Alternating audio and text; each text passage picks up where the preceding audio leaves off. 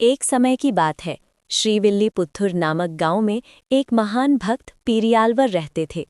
वे हर सुबह भगवान की भक्ति और प्रार्थना में मग्न रहते थे। उस समय उन्होंने तुलसी के पौधे के नीचे एक छोटी सी बच्ची को देखा।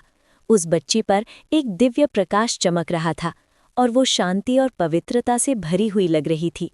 पेरियालवर ने आश्चर्यचकित होकर उस बच्ची को देखा और भगवान का आशीर्वाद समझकर उसे प्रार्थना के साथ आशीर्वाद दिया। वही बच्ची आंडाल थी। बचपन से ही आंडाल भगवान के प्रति गहरी भक्ति और प्रेम से बड़ी हुई। वो फूलों की माला लेती और पहले उसे खुद पहनकर देखती, फिर ही भगवान की मूर्ति को अर्पित करती। वो ये जांचती कि माला भगवान पर अच्छी लगेगी या नहीं। एक दिन आंडाल को माला पहनते हुए उसके पिता ने देख लिया और उन्हें आश्चर्य और थोड़ी चिंता हुई। उन्होंने कहा, तुम माला पहन रही हो, क्या ये भगवान को अर्पित करने में सही रहेगा? लेकिन आंडाल के चेहरे पर भक्ति और शुद्धता झलक रही थी और उसने अपने कर्तव्य को निभाया।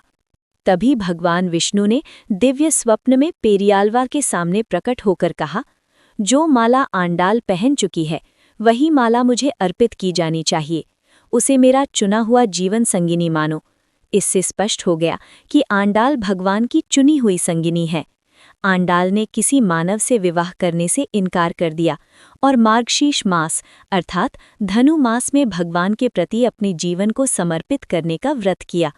अंततः वो श्रीरंगम मंदिर में भगवान रंगनाथ के साथ दिव्य रूप से एक हो गईं और भगवान के साथ उसका जीव एक हो गया। आंडाल की माला श्रीविल्लीपुत्तूर से तिरुमला के गरुड़ सेवा के लिए ले जाई जाती है, जो आंडाल और भगवान विष्णु के शाश्वत मिलन का प्रतीक है।